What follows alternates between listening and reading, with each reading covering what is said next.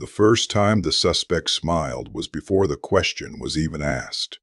It was 2017 a.m. inside Interview Room 3 at the Federal Bureau of Investigation field office in Chicago. Fluorescent lights hummed overhead. A metal table divided predator from hunter.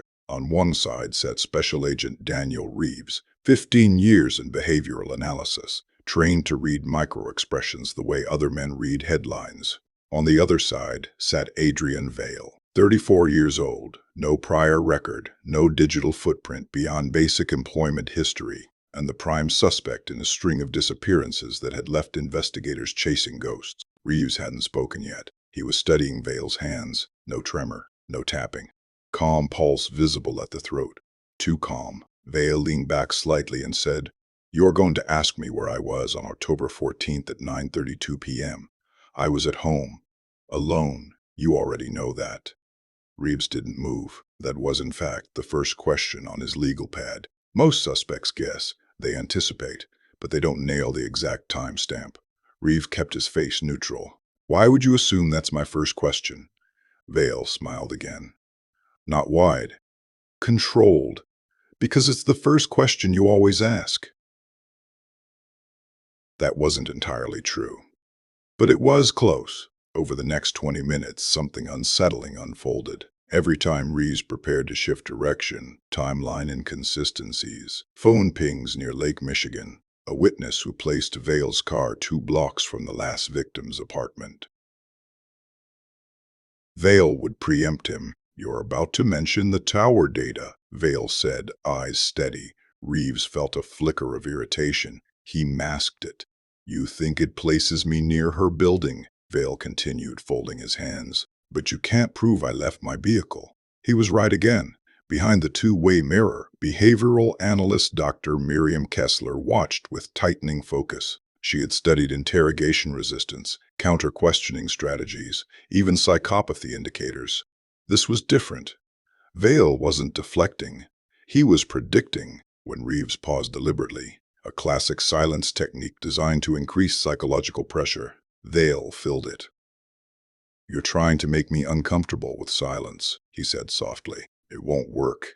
Kessler scribbled a note. Anticipatory cognition, pattern mapping. The case itself was already disturbing. 3 victims, no signs of forced entry, no forensic trace, no shared social connections. The only link was proximity. All 3 had crossed paths with Vale within 48 hours of vanishing. A barista remembered him staring too long. A coworker described him as observant, like he was collecting information, but nothing illegal.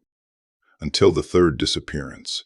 Security footage placed Vale's sedan circling the block. That was enough for probable cause. And now he sat there, dismantling the rhythm of the interrogation before it began. Reeves shifted tactics. He closed the folder. "Tell me about your childhood." A deviation, not on the script. For the first time, Vale hesitated. "Just a fraction. My father was a professor of cognitive science," Vale said carefully. "My mother was a chess champion. You're wondering if that explains something." Reeves said nothing. Vale leaned forward slightly. "You think I'm studying you." Behind the glass, Kessler felt a chill, because that was exactly what she had written 10 minutes earlier. Subject may be reverse profiling agents. Reeves decided to push unpredictability further. He asked about a dog. Vale didn't own a dog. "I don't," Vale said calmly, "but you're testing baseline reaction, seeing if I correct you." Reeves stared at him. "How do you know that?" he asked quietly. Vale's eyes held his. "Because I would do the same." The air in the room felt heavier now. Reeves had interrogated cartel lieutenants, domestic extremists, corporate fraud masterminds. He had seen arrogance, fear, rage, collapse. But this was something colder, like sitting across from a mirror that spoke first. After 45 minutes, Reeves ended the session. In the observation room, Kessler exhaled slowly. "He's not just anticipating structure," she said. "He's predicting intent." Reeves rubbed his jaw.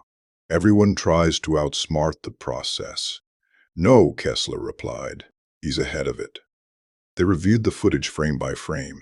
Vale's eye movements didn't follow typical deception patterns. No increased blink rate, no stress indicators when confronted with potential evidence. Instead, subtle shifts occurred before agents changed topics, micro glances toward Reeves's left hand when he adjusted his pen toward the file before it was opened. Micro cue extraction, Kessler murmured. He's reading preparation signals. Reeves shook his head.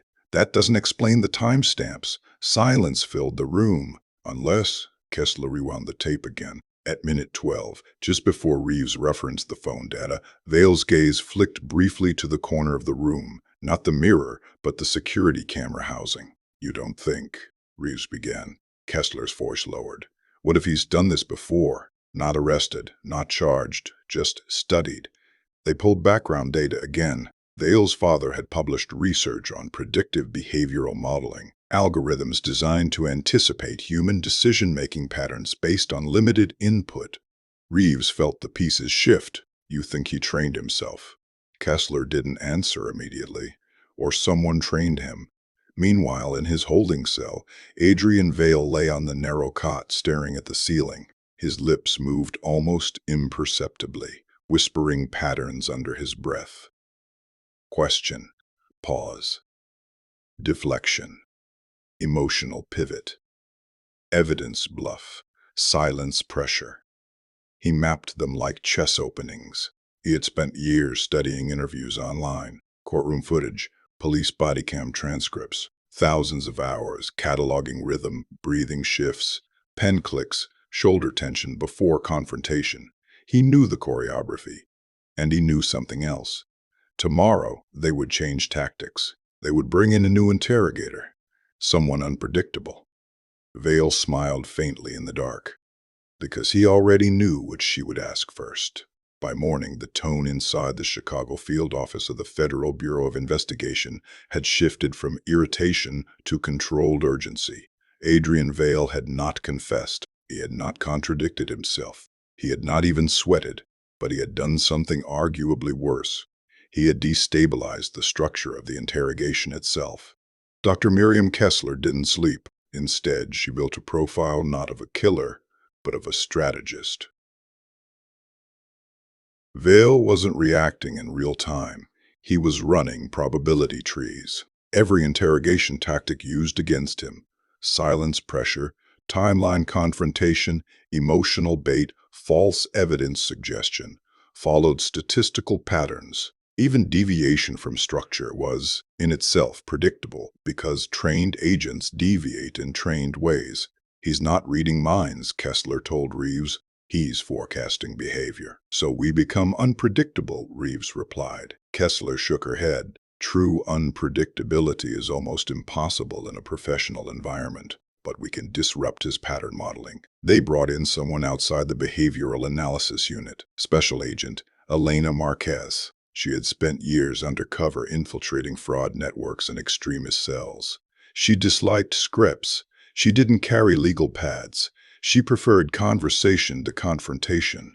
And most importantly, Vale had never seen her before. When Vale entered interview room 3 again at 11:06 a.m., he noticed the difference immediately. Different posture across the table, different shoes, no file on the desk. Marquez didn't sit across from him. She sat beside him. Vale registered the shift in less than a second. Proximity tactic. Rapid inversion. He inhaled slowly. You're not going to start with where I was, he said calmly. You're going to ask how I'm sleeping. Marquez smiled faintly. I don't care how you're sleeping, she said. That was new. Vale's eyes narrowed slightly. She leaned back in her chair. I care about why 3 people disappeared within 48 hours of meeting you. Direct accusation. Compressed timeline pressure. He recalibrated. You don't have bodies, Vale replied evenly. You don't have forensic trace. Marquez shrugged. No, but we have pattern convergence. He waited. She didn't elaborate. Silence. But this silence was different. It wasn't tactical tension. It was indifference. Vale studied her breathing. Even, slow. No micro signals of prepared attack. No pen to click. No file to flip. "You're trying to destabilize my anticipation framework," he said quietly. Marquez tilted her head. Big words. "You reviewed the footage," he continued. "You know I read cues." "No," she said calmly. "We know you think you read cues." A pause. Small, but real. Behind the glass, Reeves noticed it. Vale shifted slightly in his seat. Marquez reached into her jacket pocket. Not for a folder, for a photograph. She placed it on the table. It wasn't one of the victims. It was Vale, 10 years old, standing beside his father at a university lecture podium. His father, Professor Leonard Vale, had been a pioneer in predictive cognition modeling. His published thesis had argued that human decision-making in structured environments could be forecasted with up to 87% accuracy, given enough exposure data. "You studied him," Marquez said softly. Vale's jaw tightened almost invisibly. "You digitized his work after he died," she continued. "Expanded it." She leaned closer. "You've been running simulations for years." Silence. But not the kind Vale expected. This silence had no demand attached. It was simply space. He adjusted his posture. "You can't prove that," he said. Marquez nodded. "Probably not." Then she did something that shattered the rhythm entirely. She stood up. Mid-session. No escalation. No raised voice. "I'm bored," she said flatly. Vale blinked. That hadn't been in any model. She walked to the door, knocked twice, and stepped outside without another word. The interview ended without conclusion. Behind the glass, Reeves stared at her. "That's it?" Marquez removed her jacket. "He's mapping everything, every escalation, every pivot, so give him nothing to map." Reeves frowned. "We just let him sit?" "Yes, for 6 hours. No questioning. No confrontation, no noise beyond routine processing." Vale remained in holding, no clock visible, no cues, no progression. Predictive models require data flow. Without it, probability trees collapse into noise. By hour 4, Vale began pacing. By hour 5, he requested water. By hour 6, he requested to speak again. Marquez returned. This time she brought no photos, no evidence. She sat down and said nothing. Vale watched her carefully. The air felt different now. "You're going to ask about my father again," he said cautiously. Marquez shook her head. "No, a beat.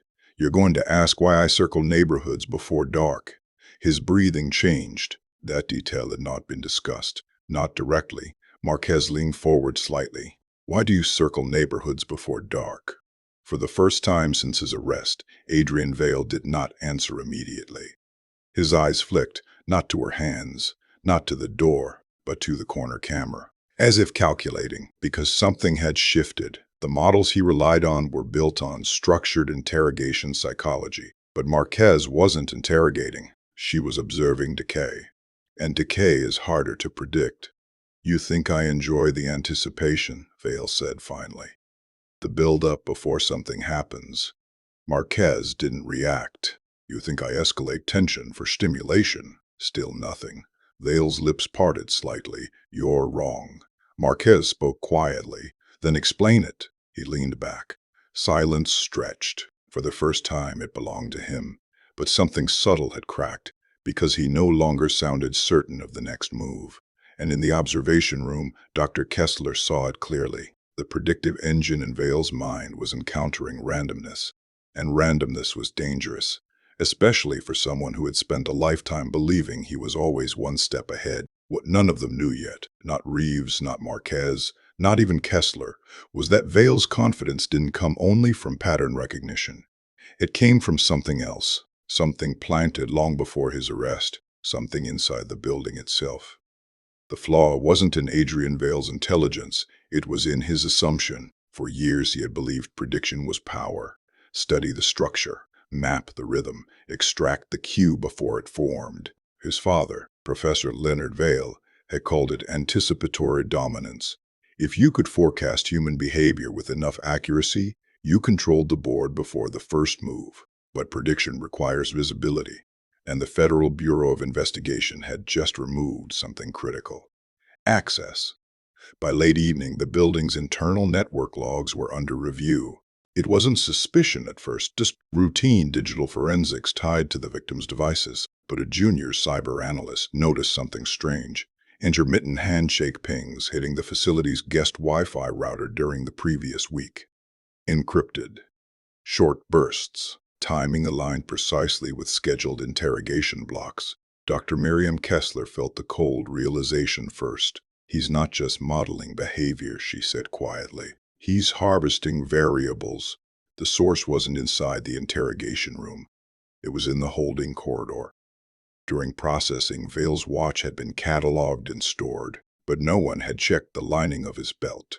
Embedded within the buckle was a microtransmitter, no larger than a coin, passive until triggered by proximity to internal network signals. It didn't need full internet access, just packet timing, internal traffic rhythm, personnel login sequences, calendar metadata, interrogation schedules, interviewer assignments, even minor changes in room allocation. Not enough to know the questions, but enough to narrow the probability field.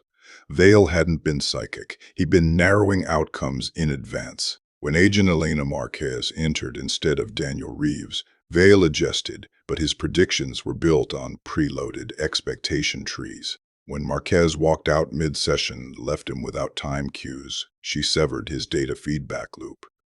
But they hadn't told him they'd found the device. That was deliberate. The next morning, they brought him in again. Same room, same table. No visible change. Vale entered calm, measured, observant. He scanned the ceiling camera, the air vent. Marquez's posture. Reeves stood behind her this time, silent. "You're going to confront me with digital evidence," Vale said smoothly. "Probably metadata you think connects me to scheduling leaks." Marquez tilted her head. "No. A beat. You're going to bluff about a body." Reeves remained motionless. Vale leaned back. "You won't find one." Marquez folded her hands. "We already did."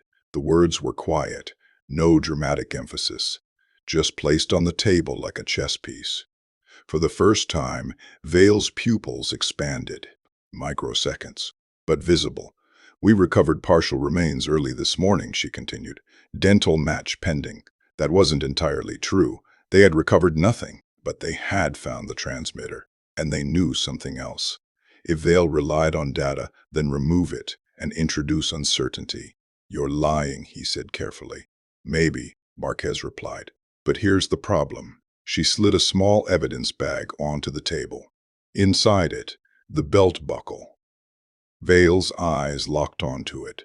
Silence swallowed the room. "We don't need to predict you anymore," Reeves said calmly from behind her. "We understand you."